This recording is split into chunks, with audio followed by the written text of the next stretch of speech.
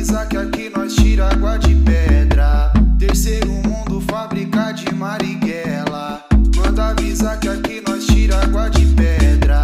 Terceiro mundo, fábrica de Marighella.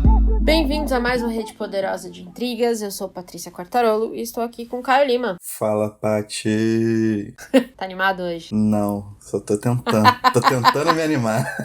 Fingido. Mas hoje o tema é legal. Quer dizer, mais ou menos. Dá pano pra manga pra discussão. Dá pano pra manga. Eu acho que isso que é importante. Bom, a gente tá aqui no segundo episódio da nossa série Mastodontes. Então, se você ouviu o primeiro semana passada, você já sabe que quando a gente coloca uma série pra falar de um livro, é porque a gente quer pegar partes desse livro e discutir o mais a fundo possível que a gente pode. Então, o primeiro episódio já saiu e esse aqui é o segundo. E nesse episódio a gente vai falar dos capítulos 3 e 4, né? Exatamente. Capítulos 3 e 4, essa dobradinha sinistra. Basicamente, os capítulos vão focar nos dois maiores industriais de todos os tempos, né? Basicamente, né? São as duas figuras centrais da industrialização nos Estados Unidos. Podemos dizer que é isso, seguramente. Então a gente já colocou toda a contextualização da fábrica, né? De como dos embates trabalhistas, tudo que aconteceu. E aí a gente chega em Andrew Carnegie. Esse rapazola. Querido.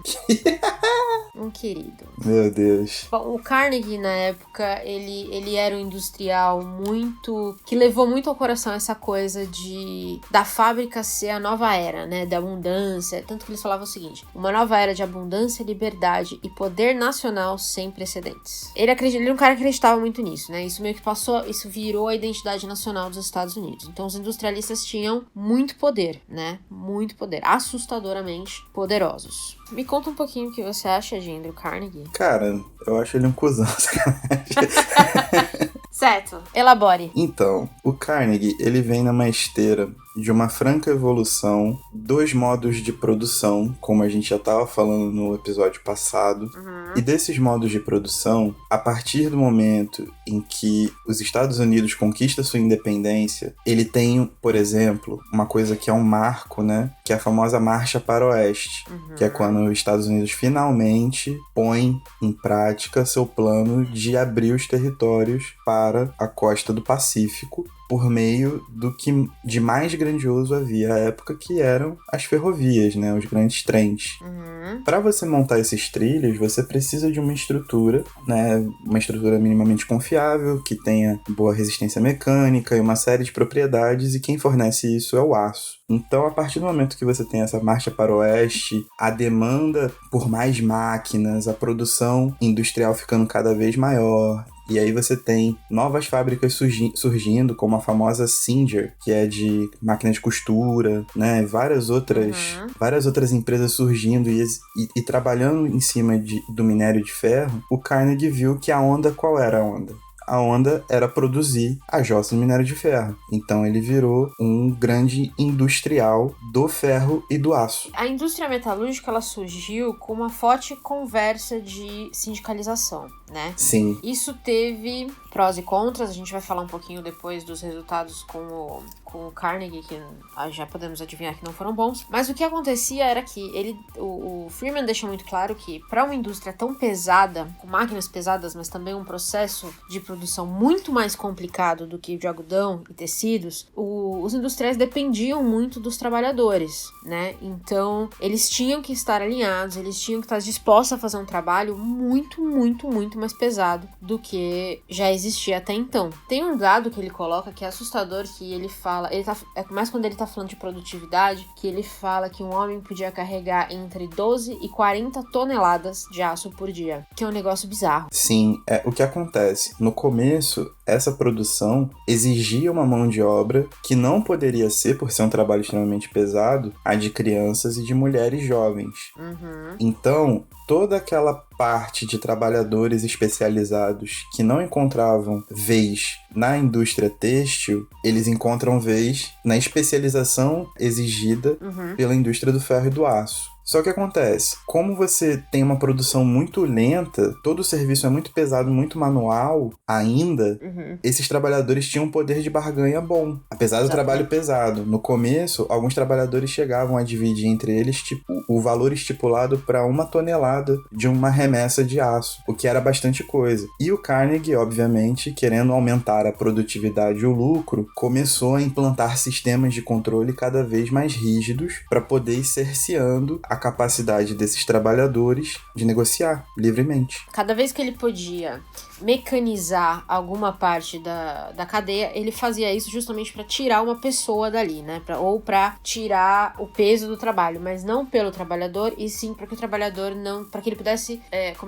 trocar a pessoa mais rápido. Como é que a gente vai falar isso? Substituir e precarizar o trabalho, porque com mais tecnologia, ele não precisa de um especialista. Ele não precisa de uma pessoa formada. Exatamente. Ele precisa de uma pessoa que faça exatamente o que a linha de produção dele... Uma linha de produção não, mas o que aquele equipamento específico exige. Então, a pessoa vai ficar fazendo aquilo a vida inteira e ela precisa trabalhar e vai fazer aquilo. Ele não precisa mais conversar ou barganhar com funcionários. E isso vai acontecendo de uma maneira paulatina, mas relativamente muito rápida. E aí, nessa época, as fábricas, até por essa fome de aço que existia nos Estados Unidos, as fábricas rodavam 24 horas por dia. Então, muitos desses homens, eles faziam turnos de 12 horas, alguns mais, consecutivos, com um dia de descanso. Era a regra. Mais ou menos, né? Não podemos dizer que todos seguiam, mas o geral era mais ou menos isso. E tinha vezes, pra você ver como era uma parada brutal, que os caras tinham uma folga de descanso, eles cumpriam um turno de 24 horas e voltavam no turno diferente. É verdade, ele fala que atrapalhava a vida familiar, né? Exatamente, então,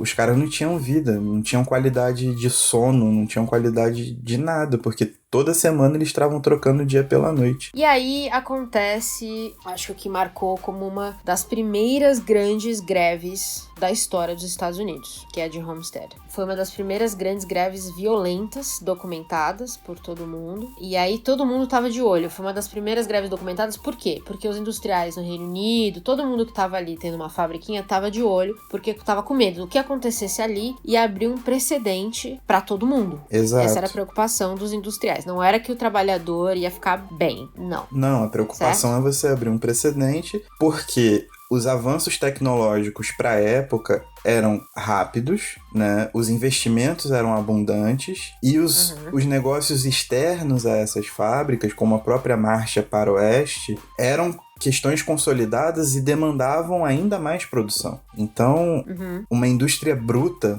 como a indústria de aciaria, né, e siderurgia, ela precisava estar a todo vapor no mundo inteiro, não só nos Estados Unidos, mas a gente tem essa revolução na França, na Inglaterra, na Alemanha, um monte de lugar. Mas nesse caso em particular, né, você tem um cara que já desponta como a grande superestrela dos empresários, certo, que tá tomando um contra-ataque de um quórum trabalhador sindicalizado. Agora, uma grande questão é, a gente tá falando de homens, alguns especialistas, outros nem tanto, mas ele coloca também a questão de que muitos eram imigrantes também. Sim. E que, de certa forma, isso era bom pro industrialista, porque eles não se entendiam. Literalmente, eles não falavam a mesma língua, então pro Carnegie era até bom, de certa forma, ter uma torre de Babel, porque permitia que os trabalhadores não se organizassem. Só que é óbvio que isso não ia durar pra sempre. Com o tempo, né, a necessidade, como diz o velho ditado, a necessidade faz o homem, né? Exato. E aí, o que aconteceu em Homestead? Homestead acontece, o pessoal entra em greve, para a fábrica, todo mundo puto. E aí, o Carnegie vai lá e dá uma ligadinha pro amigo dele. Que é quem? Governador da Pensilvânia. O Dória da Pensilvânia. O fofo. E aí o que acontece? O governador manda uma ajuda. A simples ajuda é o quê? A Guarda Nacional inteira, irmão. 8.500 homens. Ai, que legal. Simpático. É só a Guarda Nacional do Estado. Se tivesse acontecendo qualquer outra coisa em qualquer lugar da Pensilvânia, não teria como defender. E aí, acho que a gente estabelece aqui o parâmetro real da preocupação do Estado. Sim. E da vontade do Estado, do alinhamento que a gente comentou no primeiro episódio, que era do crescimento econômico, estar tão atrelado e alinhado à industrialização, a ponto do Estado ver que isso estava, ou deveria estar, acima de qualquer coisa. Total. E lembrando que a questão da modernidade andante, e nisso já estava fluindo um monte de coisa. Tava fluindo a indústria do petróleo nos Estados Unidos, tava fluindo um monte de coisa. A treta tava rolando pra tudo quanto é lado. Mas se você for pensar, Isso veio às custas de muitos recursos naturais, isso veio às custas dos povos nativos, né? Chamados Sim. malmente aí por peles vermelhas. Se você for pensar, em um século e meio de expansão, foram 10 milhões de índios nativos norte-americanos que foram dizimados. Então, a modernidade, ela cobra o seu custo. E esses grandes industriais sabiam disso e não se furtavam a botar a cara a tapa e fazer o que tinham que fazer. Agora, a melhor parte é que, nesse meio tempo, enquanto tudo isso acontecia, enquanto ele amassava a mão de obra precarizada, Carnegie se tornou o homem mais rico do mundo. Exatamente. Que parece ser uma história que não muda, né? É, né? Se a gente for revisitar até o primeiro episódio, quando a gente fala de Marx e Engels, tá ali. Mas se você pensar até hoje, sai um monte de notícia sobre a precarização, por exemplo, na Amazon, principalmente do pessoal de base da Amazon. Tem um monte de notícias sobre isso aí, principalmente durante a pandemia. E aí a gente também tem, em paralelo, a notícia de que o Bezos vai virar o primeiro trilionário do mundo. Fora que esse 1% mais rico ficou mais rico durante a pandemia. Exato. Então, Então você pensa, as coisas andam em paralelo. exatamente. Total. É assustador. Até hoje, a gente tá falando aqui o quê? 1900. E a gente não tá traçando um panorama, porque se você for cortar o recorte de tempo da história, né, você leva não sei quantos mil anos para você organizar uma sociedade. Depois para você organizar as primeiras comunidades ali, o primeiro rascunho de estado, não sei o que, mas não sei quantos mil anos, de repente você chega em 1700, começa a inventar a máquina, a moinho d'água, a máquina a vapor, o bagulho começa a andar, em 200 anos você vê o planeta basicamente esgotado. É bizarríssimo. É depressivo. É, sim, muito. Mas é uma linha direta, né? Então a gente tem siderúrgicas enormes, né? As grandes, os mastodontes mesmo. Aí a linha começa. Diminuição do salário, aumento da carga horária, greve dos trabalhadores, o Estado toma partido da empresa, Carnegie se torna o homem mais rico do mundo. Essas coisas aconteceram numa sucessão estranha e direta, né? Direta. É causa e efeito, tipo, na lata. Aí, em 1914, a gente tem a Primeira Guerra Mundial. Problemaço. Mais pra Europa, mas enfim. E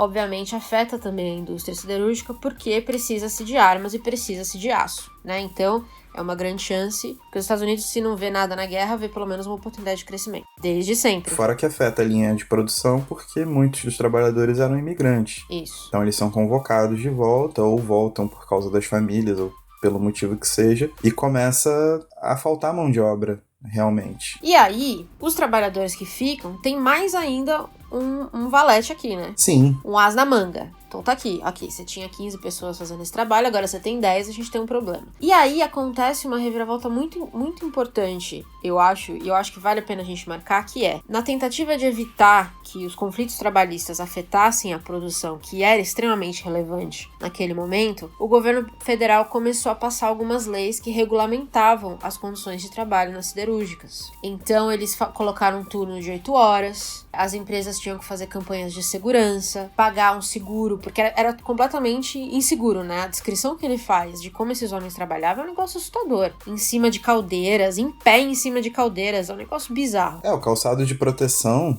era uma espécie de bota com um pedaço de madeira embaixo. É o equivalente hoje de usar máscara no queixo. Você tá trabalhando com madeira, que é um material altamente inflamável, em temperaturas que chegam a 1500 graus Celsius. Legal. Show. Então, o governo tentou resolver parte desse problema. Eu acho que essa parte pra mim foi tão impactante porque mostrou como as coisas se invertem quando o governo toma o lado do trabalhador, né? Então a gente teve a primeira parte, foi aquela greve violenta, que baixou o guarda civil e o cacete, pronto pra matar a gente, atirar e fazer o que tivesse que fazer. E do outro lado, a gente tem a regulamentação de horas, de segurança e tudo mais, que faz com que os trabalhadores tenham algum alento. Então, o Estado tem um papel crucial aqui, apesar de ter durado pouco, né, nesse tempo, mas enfim. O Estado tem um papel crucial aqui, e eu acho que isso é muito, muito importante, principalmente porque mais pra frente ele vai falar da União Soviética. O Estado tem um papel muito importante na estratégia de como a indústria vai afetar a economia e de como isso vai acontecer, mas a gente tem que ficar de olho sempre, e eu acho que isso aqui é a prova cabal de como o Estado está lidando com os trabalhadores. Sim.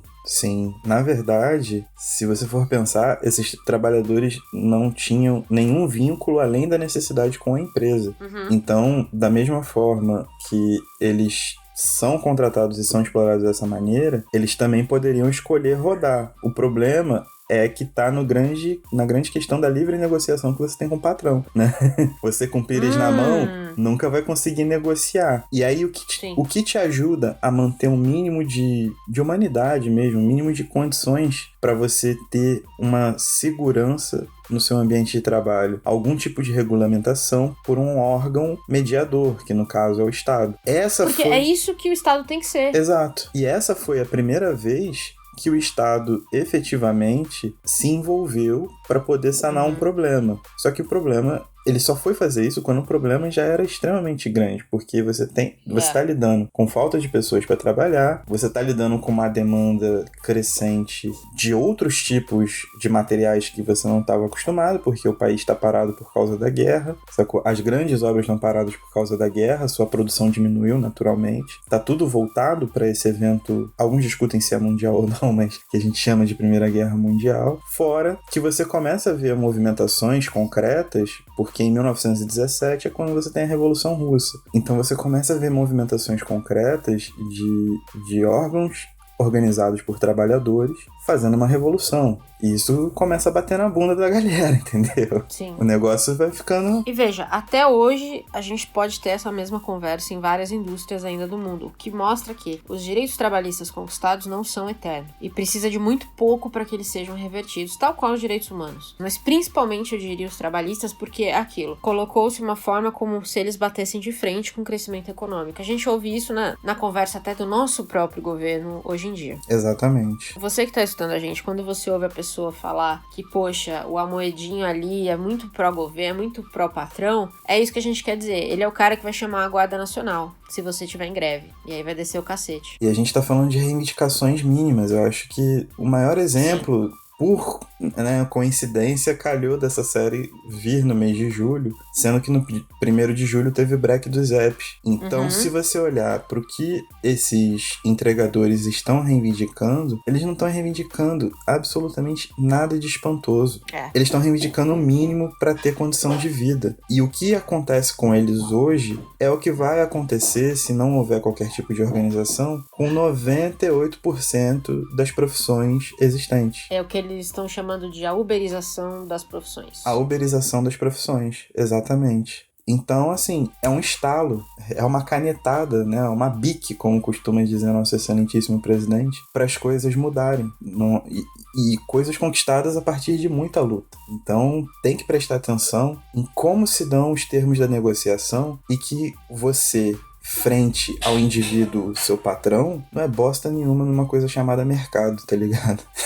Sozinho você não vai negociar nada. Exatamente. E que não é justo também o argumento de se você não quer, tem outro que queira. Não é justo que a gente deixe as pessoas numa situação de precisar trabalhar pra não morrer de fome. Exatamente. E aceitar qualquer coisa pra não morrer de fome. Recentemente eu tava conversando com a minha irmã. Minha irmã trabalha no hospital, que tá passando, obviamente, por toda a pandemia, né? O hospital está lotado. E aí eu falei, bom, isso é bom ou é ruim? Ela falou, é péssimo, na verdade, digamos, pro lucro do hospital. O que dá lucro, ela falou, são alguns exames, que são muito específicos, e cirurgia estética. É isso que dá lucro. Com o hospital cheio, vai pensando, com o hospital cheio no meio de uma pandemia, nenhuma dessas duas coisas pode acontecer. Então, o hospital começou a mandar a gente embora, porque não tem como pagar as contas. E aí ela tava me contando outro dia, ela estava de coração partido, porque quando foram demitir o enfermeiro, ele disse assim, vocês não podem me pagar metade, porque eu sou o único que tô trabalhando em casa. Que doideira. Então é um absurdo que a gente ache ok as pessoas chegarem a esse ponto, de verdade. É basicamente isso. A gente tá vendo isso acontecer com uma velocidade cada vez maior e a gente não tá fazendo as perguntas certas. Isso é uma coisa que você fala desde o primeiro episódio desse podcast.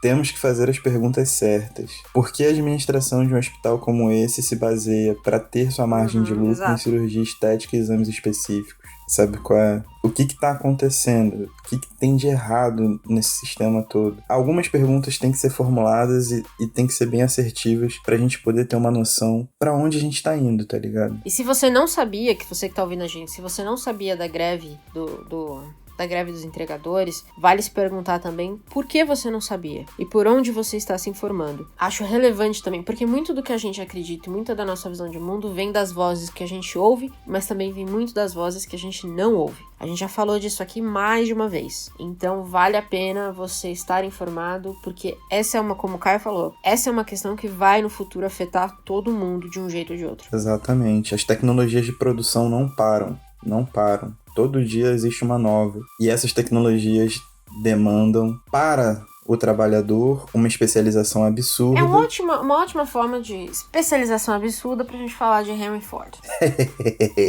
Links involuntários. Todo mundo sabe quem é, acredito eu, infelizmente. Todo mundo já andou num. O pai do carro, não é mesmo? E aí a grande inovação de Ford foi, ele viu tudo isso aí que estava acontecendo, ele reorganizou a linha de produção e criou para que o produto andasse, né, entre os trabalhadores, e não os trabalhadores tivessem que se locomover, basicamente. E aí ele criou peças intercambiáveis que permitiam a produção cada vez mais rápida de um produto único. Tem uma frase muito boa que é não sei se foi ele que falou, porque às vezes essas coisas é meio Clarice Lispector, né? Mas dizem que ele falava assim, você pode escolher o carro que você quiser, contanto que seja o modelo T preto. Se não foi ele, foi um assessor dele, com certeza. Ou um coach. Mas um outro lance que é importante do Ford é que ele é o primeiro grande industrial e talvez o maior industrial de todos os tempos. Eu não quero entrar nesse mérito porque eu cago pra isso, mas é importante porque a indústria do Ford é de um produto de consumo bem acabado. Exato, é verdade. A gente não tá falando mais de indústria têxtil, a gente não tá falando de energia, a gente não tá falando de siderurgia, sacou? A gente tá falando de um produto acabado para o consumidor comum. E isso tem implicações muito grandes na forma que a gente enxerga o produto e o consumo hoje, inclusive. Então, esse é um ponto importante para destacar. O Ford, ele mudou o jogo todo, na questão da produção e na questão de como a gente enxerga o consumo. Ele estava fazendo um produto com alto valor agregado, mas que ele precisava que as pessoas tivessem condição de comprar. Não podia ser só os milionários, senão ele estava ferrado. Exatamente. E só que para isso, considerando que grande parte dos trabalhadores trabalhavam em fábricas e siderúrgicas e tudo mais, ele teve, pelo menos no começo, uma relação muito menos violenta com os sindicatos. Para ele, na verdade, era relativamente positivo que os trabalhadores ganhassem um pouco mais, porque eles poderiam comprar um carro no futuro. A linha é meio essa. Então, ele foi visto como um puta de um industrial, né? Porque ele trouxe um produto completamente diferente, uma forma completamente diferente de fazer esse produto, que ficou conhecido como Fordismo, discutido em todas as escolas de administração desde sempre. E aí, um produto que é uma relação sindical relativamente mais tranquila, mais apropriada, vamos dizer assim, no começo. Mais sossegada no começo. Mas é bom colocar assim que quando ele trouxe, né, toda essa formulação nova de fábrica, isso é todo um ponto até arquitetônico completamente diferente. O livro foca muito no Alfred Kahn, que foi o arquiteto não só dele, mas principalmente do Ford, das fábricas do Ford, dos grandes complexos do Ford, mas também da Chrysler, da Dodge, da Buick e outras. Inclusive, só um parênteses muito rápido. Se você vê as fotos da Fiat em Lingotto, a fábrica, é um negócio fantástico, que eles colocaram a pista no teto pra testar os carros. É um negócio incrível. Vale pesquisar. Nossa, é animal. Tipo assim, em questão de engenharia é uma parada absurda, mano. É animal. E você pensar nisso sendo construído no início do século XX, sabe qual é? Com vários equipamentos assim, né? Ainda hoje a gente tem um acesso diferente a esses equipamentos, a essa experiência, etc. Mas o Ford, ele tinha uma ideia de que funcionários satisfeitos, ganhando relativamente bem, além de trabalharem mais e melhor, serão bons consumidores. Então ele cria um ecossistema, não só fabril, porque as fábricas dele eram verdadeiras cidades, como um ecossistema de vilas, né? São grandes vilas, grandes cidades que ele monta, não é nem pra chamar de vila, são grandes cidades que ele monta, com bibliotecas, com parques, com opções de lazer, com todo um aparato, com escola, com hospital, com segurança e também com uma regulação moral muito forte. Então, os trabalhadores, eles passam a ter, a partir de certo momento, eles não podem beber, eles não podem fumar, eles têm que ter compromissos com a família, eles têm que ter toda uma estrutura fora da fábrica, então a fábrica exerce controle sobre o empregado fora do ambiente de trabalho para esse ecossistema dar certo. E no começo, quando tá todo mundo ganhando dinheiro, tá todo mundo feliz, que não sei o quê... O que ele faz pra né, que precise que ele construa essas verdadeiras cidades ele mesmo vai desenvolvendo tudo que ele precisa para o produto final, né? Então, cada peça é desenvolvida ali, cada pedaço do carro ele mesmo faz. Inclusive, você sabia da história? Você conhece a história da Fordlândia, no Pará? Então, em 1928, ele comprou um pedaço enorme de terra, de mata, no Pará, onde a ideia era que ele construísse uma cidade para fazer uma plantação de seringueira para que ele tivesse acesso fácil à borracha, porque ele dependia de produtores todos privados. Então, ele queria ter uma produção própria. E aí, teve um problema de cultura muito sério. Inclusive, teve uma revolta dos nativos que começaram a reclamar da comida americana. Foi um negócio insano. Tem um livro sobre isso que eu recomendo demais. É muito bem escrito, que chama Fordlândia mesmo. E aí, mas o projeto não foi pra frente e teve vários problemas estruturais, além desses problemas culturais. E poucos anos depois, em 34, ele foi abandonado. Mas até hoje existe a cidade. É um negócio bizarro. Então, quem pode dar pra procurar fotos, a cidade tá abandonada, acho que tem em torno de 3, 5 mil habitantes hoje. O governo brasileiro comprou de volta a terra, uma coisa assim. Mas o livro vale a pena demais, porque conta muito sobre essa ânsia de expansão do Ford, sabe?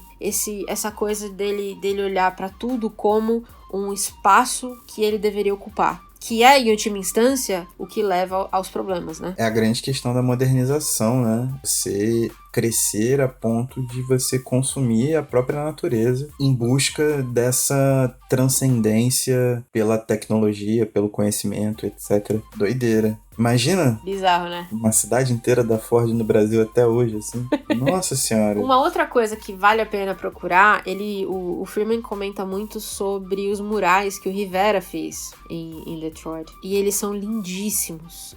O livro não mostra, o livro tem uma foto em preto e branco, mas eu fui procurar na internet. São lindíssimos os murais. O Rivera é um grande artista latino, apesar de ser um grande filho da puta. Opiniões fortes. Não, pô, ele sacaneou todas as mulheres que ele foi casado, inclusive a Frida. Mas ele foi um grande artista, uma das grandes expressões do século XX para as artes visuais, né? Foi um grande contribuidor, assim. Vale muito a pena olhar esses murais. E ele era fissurado. Apesar dele ter inclinações comunistas, né, que se arrefeceram ao longo do tempo. Assim que ele recebeu o convite para poder pintar a fábrica da Ford ali, do jeito que ele queria, ele aceitou porque ele era fissurado naquele ambiente. Na verdade, o que o Freeman fala é que existiam críticos, sim, como sempre, mas que aparentemente a maioria da elite cultural da época era muito aberta, né, ao Ford. E ele fazia as excursões. Ele era um cara meio Dória, né? Meio PR, assim, meio marketing. É porque no começo, assim, né? A ideia da construção de fábrica com remuneração justa, com qualidade de vida, com acesso ao consumo, e esse acesso ao consumo traria um certo acesso à modernidade, etc. Cara, isso era meio que uma ideia comum entre todas as ideologias da época que estavam aflorando de maneira predominante, né? Então, para você ter uma noção, o Freeman aponta que Gramsci, o grande comunista italiano que foi preso pelo Mussolini, ele escreve em favor do Ford, sendo o Ford o grande capitalista que é, mas ele diz que o processo criado pelo Ford era a nova onda do momento. Nossa, meti um funkão aqui falar de Gramsci, cara, que vergonha. Então, assim, a questão da modernidade era algo que ambos os lados dos espectros já não renunciavam mais. Sabe qual é? Era um fato. Aquilo ali era um fato material concreto que modificou, né? E no caso, tendo uma visão à época, modificaria a história da humanidade para a superação do que quer que fosse o objetivo daquela ideologia. Então, tipo, o Ford, ele conseguiu ele conseguiu, por muitos anos, pairar acima das próprias ideologias. E aí, olha com essa só história que coisa bizarra, né? de estimular o consumo interno, que o governo também viu com bons olhos, de novo, a gente entrou, acho que foi quando a gente finalmente entrou na roda, que não parou de girar desde então, de equalizar consumo, a participação, ou, no caso, cidadania. E não parou mais. Exato. Aí começou as teorias que misturavam, né, a questão do desenvolvimento econômico ser naturalmente a porta de acesso para o lugar do cidadão na sociedade, mesmo que nós saibamos, através do Freeman nas fábricas da Ford, que esse cidadão estava cada vez mais precarizado intelectualmente, porque nenhum funcionário dele, basicamente, era especialista em nada. Eles tinham uma função muito coordenada dentro de uma ordem, de uma linha de montagem, e que se ele tivesse que ficar apertando parafuso de roda a vida inteira, ele ia ficar apertando parafuso de roda a vida inteira, baseado num plano de encargos e salário que era correspondente à sua função. Isso garantiria a entrada nessa roda de consumo, porém, numa crise, o cara sai de lá basicamente um analfabeto funcional. Pois é. E foi muito bom, inclusive, o Freeman falar do Tempos Modernos, do Chaplin, que eu acho que é, sim, uma das maiores críticas a esse sistema. É um grande marco, né? O Chaplin faz uma crítica até bastante radical, né? Que ele realmente abandona a fábrica. É o Grande Ditador ainda, mas eu acho que Tempos Modernos é uma obra de arte. Vale a pena assistir. Todo o contexto é maravilhoso, né? Acho que não só o Chaplin, mas eu acho que a gente pode até comentar um pouco mais sobre como essa nova organização, primeiro promovida pelo Carnegie e depois pelo Ford, realmente inspirou as artes, né? Porque foram coisas que mudaram a forma de construir todo um país, todo um imaginário mesmo. Então, você tem grandes fotógrafos, tem umas fotos bonitas no livro, apesar de ser preto e branco, né? Mas são bem bonitas. Você tem uma série de livros escritos que citam, então o próprio Huxley com O Admirável Mundo Novo, que coloca o ano Ford como o início de tudo, né? Nem eu, exato. Eu nem lembrava dessa parada. Quando eu li, eu falei, caraca, né? Que há muito tempo que eu não leio Huxley, mas ele é um cara fenomenal. Então, tipo, o Rivera com os painéis, a própria Frida, quando tá em Detroit, ela acaba tendo um aborto, e no fundo da imagem tá lá a fábrica do Ford, sabe, representada no meio da dor, da perda do bebê, etc. Então, tudo, tipo, né? Marcou muito. Foram muitos escritores. Marcou tudo. A própria Torre Eiffel, né? Inclusive... obrigada por me lembrar. Inclusive, eu queria falar um negócio sobre essas construções malucas que o pessoal tinha na época, principalmente na época do aço, porque eu queria recomendar um outro livro chamado O Demônio na Cidade Branca. Você já leu? Do Erik Larson, é um dos meus autores de não ficção preferidos. Ele vai contar a história da Feira Mundial de Chicago, que na época era chamada Exposição Colombiana. Então, ele conta, né, o Freeman conta um pouquinho na época do Carnegie, que as cidades tinham meio que... Elas brigavam pra ver quem faria a maior feira, né, a maior feira inovadora do mundo. Até Napoleão entrar na rodada. E aí, na Feira de Chicago, a história do livro basicamente é a Feira de Chicago, né, como é que foi organizada, todo o trabalho e tudo mais, em paralelo com um dos primeiros serial killers dos Estados Unidos. Então tem um outro contexto, na verdade. Mas, uma coisa legal da Feira Mundial de Chicago é que nessa coisa de buscar inovação, porque a Torre Eiffel tinha subido e agora só se falava nisso, surgiu a primeira roda gigante. Que maneiro. Eu tô cheia de fatos legais hoje. Fun facts. Mas o livro é muito bom, o Larson é incrível, vale a pena ler tudo que ele publica. Os livros dele saíram por aqui pela Intrínseca. Tem 3 até agora. Muito bom. Enfim, muito obrigada bom. por me lembrar. Nada, tamo aí, R$10. Mas enfim, o Ford, a gente falou que ele tinha uma boa relação com os sindicatos até a Ford começar a perder dinheiro. E como ela perde dinheiro? Através da crise de 29? Não. Através de uma crise de produção. Como assim? Pois é. Em 1927, Ford viu a necessidade de recolher o modelo T e colocar para rolo o modelo A. Só que como toda a indústria dele era parametrizada para construir o modelo T, ele viu que ele teria que mudar a planta inteira dele para poder fazer o modelo A. E quando ele vê a dificuldade que ele vai ter para fazer isso e fica todo estabanado, ele simplesmente para a produção dele por 6 meses. Um tiro no pé, né? Um tiro no pé. Pô, foi um bagulho... Foi uma das coisas mais escrotas que eu já vi. Mas é que é uma coisa interessante isso, porque do mesmo jeito que ele foi visto como um grande inovador, mostra que ele criou uma inovação que só rodava nela mesma. Exato. E aí ele foi vendo que a Dodge, era o Chrysler, tava todo mundo lançando mais de um tipo de carro e que as pessoas queriam escolha escolhas. As pessoas queriam poder optar, elas não queriam só ter o modelo T a vida inteira. Porque ele achava que o carro dele era tão bom que ninguém nunca ia querer outro carro. Mas não foi o que aconteceu. Fora que ele começou a produzir em massa em 1908 e ele parou de produzir em 1927. Pois é. Então foram 19 anos ali, ó. Existe a questão da obsolescência, né? A gente viu isso com as próprias fábricas.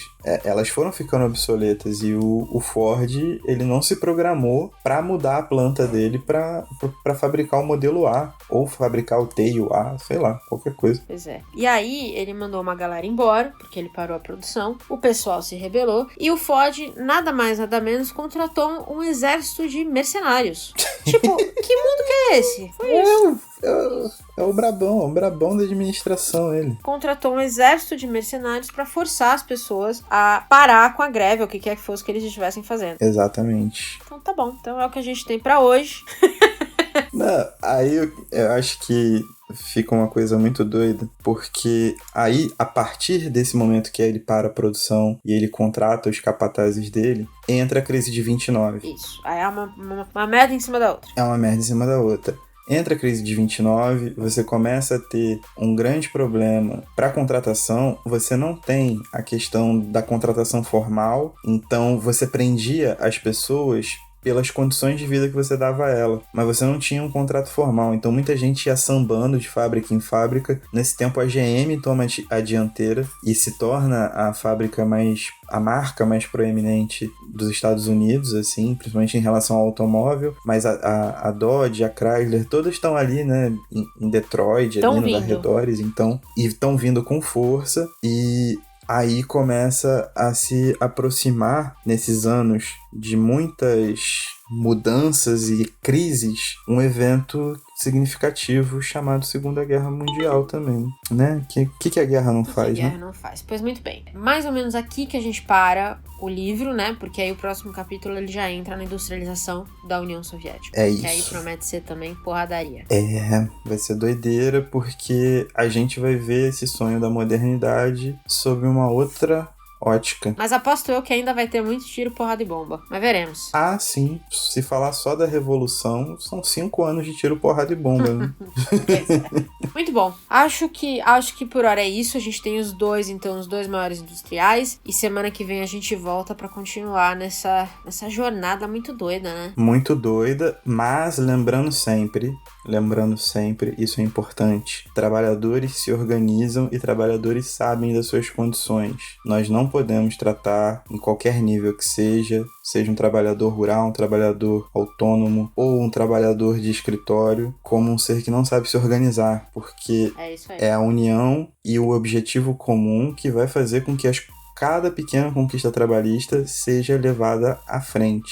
E quando a gente trata de história da administração e história americana, a gente esquece que existem grandes sindicatos e grandes organizações de trabalhadores por trás das conquistas trabalhistas. Então é sempre bom dar uma olhada para o passado com uma visão mais ampla, buscar as organizações que fizeram frente e conseguiram essas conquistas, buscar aqui no Brasil trabalhadores que se organizaram e conseguiram conquistar os direitos que nós temos hoje e que estamos perdendo muitos inclusive, tá osso, mas é bom dar esse start aí, porque teremos um período difícil pela frente, não dá nem pra pensar em pós-pandemia.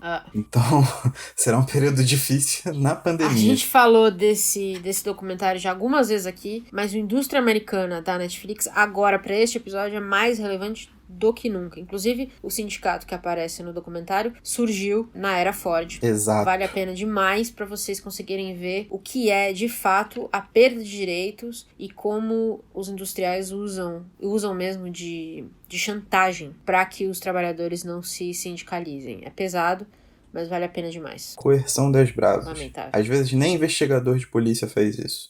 Às vezes. Exagerei. Foi mal. Então tá bom, tá entregue? Tá entregue. E tchau. Acendam as luzes que o momento é chegado. Acendam as luzes, momento é chegado. Acendam as luzes que o momento é chegado. Vocês vão ver de perto o estrago. Não adianta.